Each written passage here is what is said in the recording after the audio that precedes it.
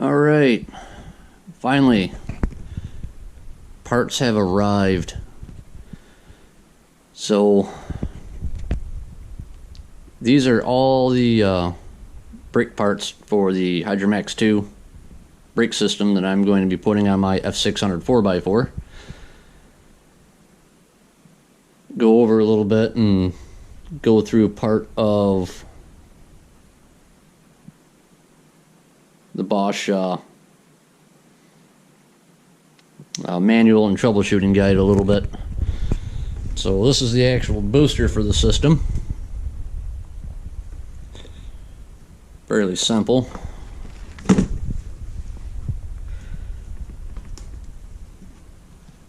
Backup 12-volt motor bolts onto there.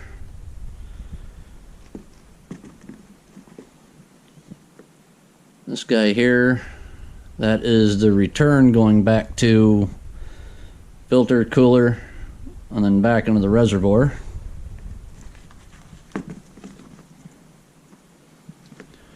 This is your pressure inlet, and I believe that is a O-ring style fitting.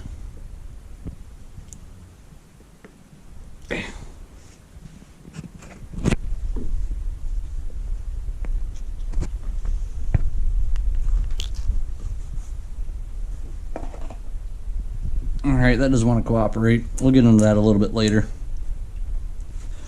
But this is going to come from your steering gearbox return line into here, and then back out again.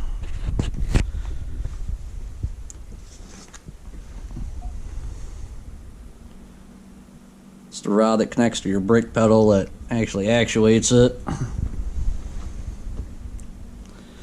That is a pressure switch. Sorry about the lighting.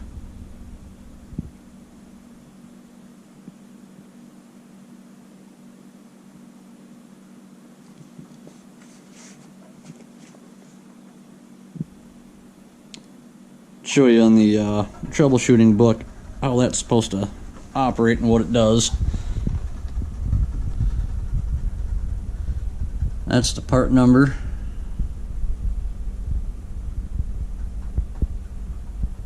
This fits a multitude of trucks throughout the 90s. Early 90s, F600s, F700s, mid to late 90s, F800, F900s. Along with some internationals, some L-series Fords.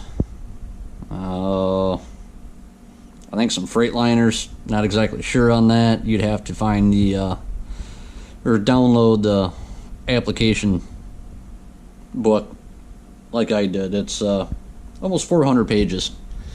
Covers a lot of stuff.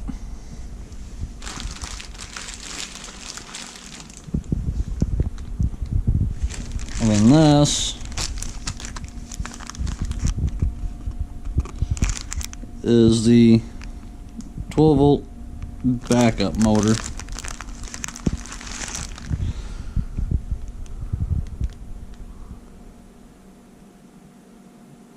Take this out of the bag. So if your brakes, or excuse me, if your engine loses power and shuts off on you, or oops, if your vehicle's not running and you need to hit the brakes, this will kick in and still allow the vehicle to stop. So if you push the clutch in to start the truck and it starts rolling, you can still hit the brakes. This will kick in and it'll run. Still operate the brakes to stop. So, here it is.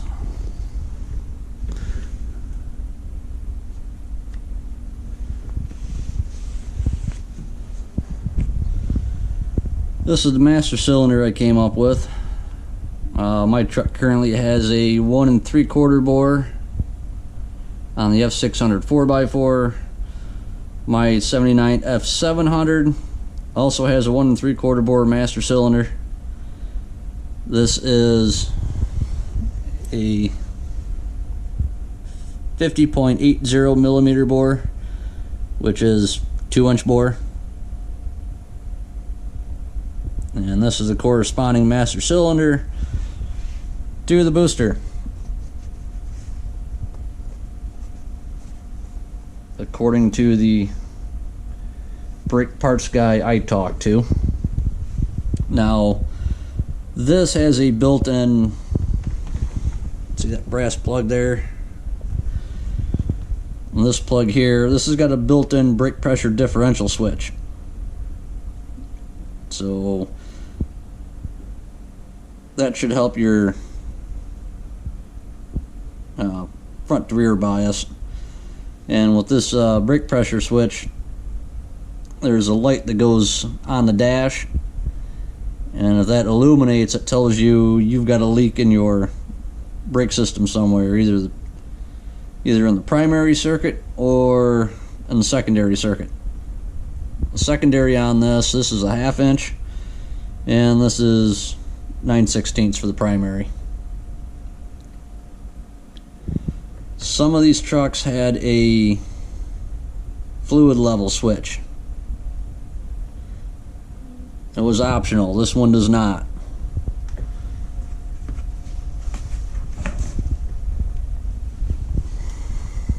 You can tell this really is no joke. It's a decent size unit. So that's all that guy is going to sit on there.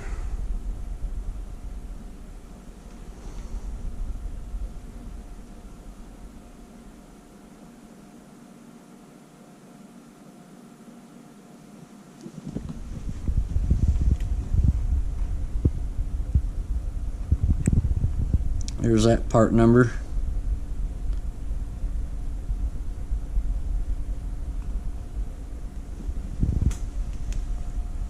Now, along with this, we have to get some pigtails for it. One is going to be the pressure differential switch, which is this guy.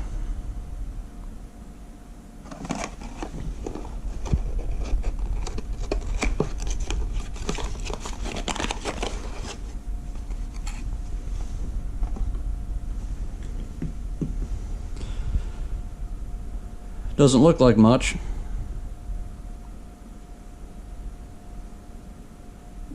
You guys can see you got a corner missing off one of the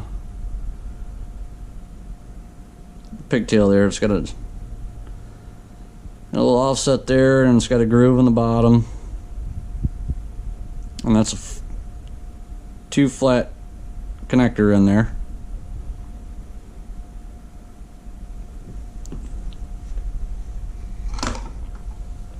And then the one on this guy has got 2 square connectors in there, and then 2 offsets, one wide, one narrow. So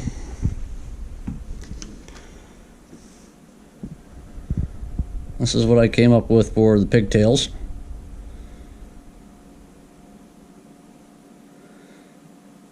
WPT TAC 216 on page 11.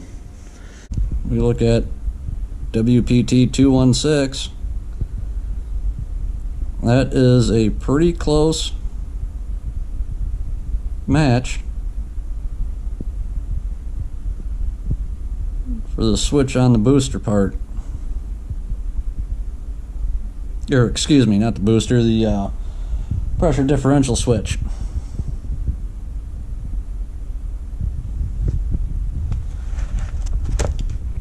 One for the booster that actually came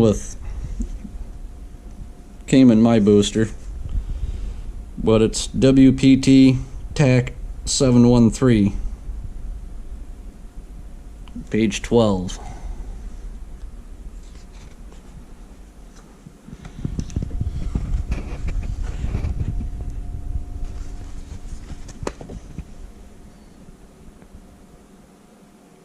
As you can see, that's that one.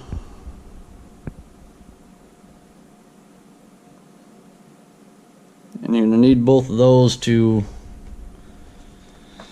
the warning systems, which I highly recommend you wire in. Now, I managed to find this online. It's downloadable PDF.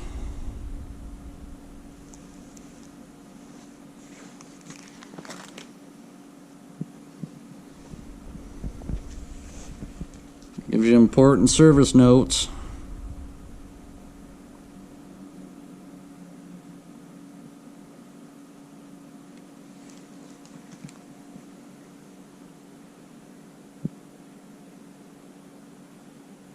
Description, operation, application information, troubleshooting.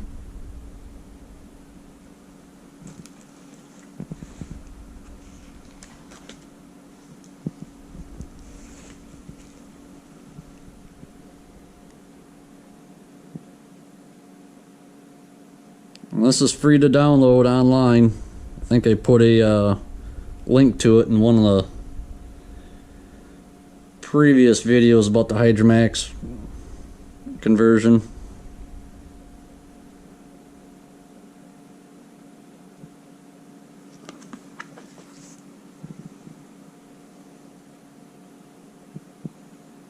All your hose and routing.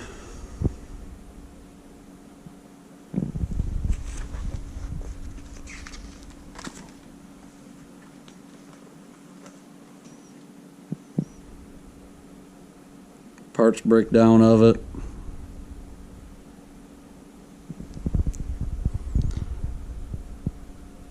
Principle of operation.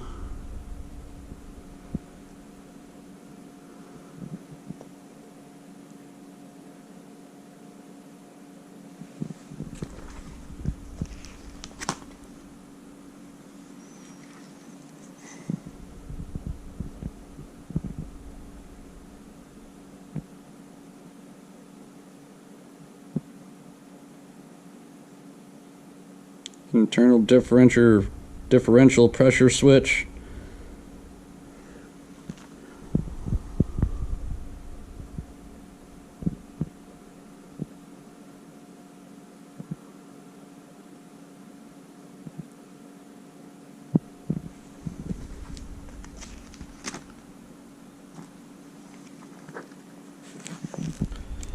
Electrical systems.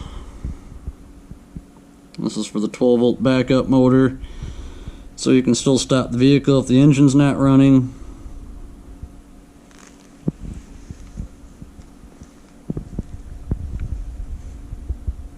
Basic operation.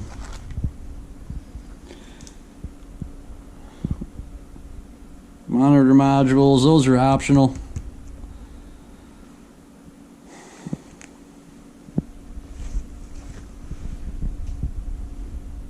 So if you source one of these out of a salvage yard, make sure you get everything for it.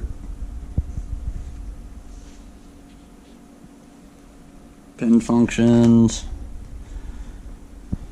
Another type of monitor module. Sorry about the lighting, guys. I'm inside, and well, it is what it is.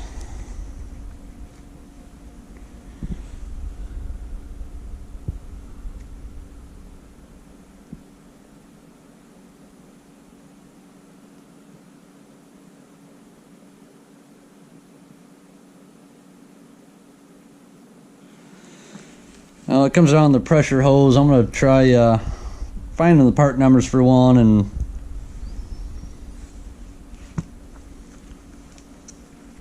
buying one that'll hopefully fit or be able to cannibalize it if it's not too expensive before I go and flat out build one. So installation, different types of pedal rods.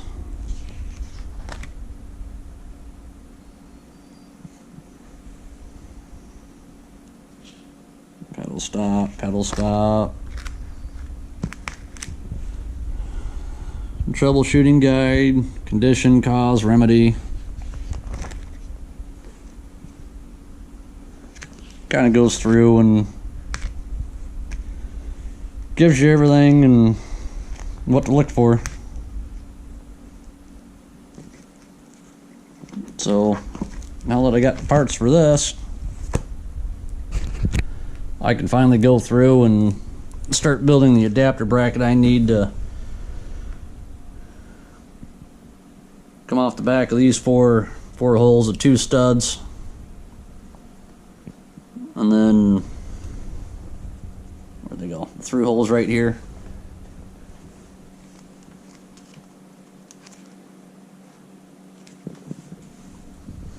Because this pedal length is longer on this than my F600, I gotta build a little standoff guy.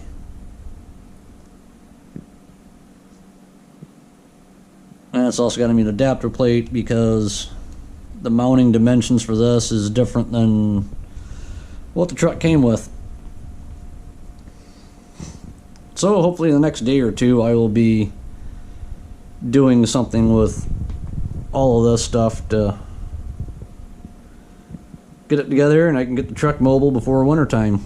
I still got to run all new brake lines to the rear, to the front, so on and so forth.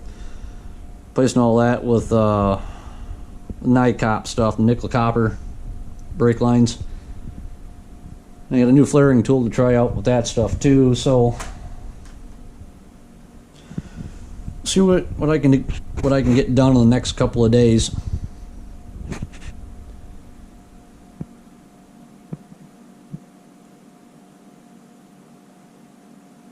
Now I'll bring it back when I start getting the adapter built for that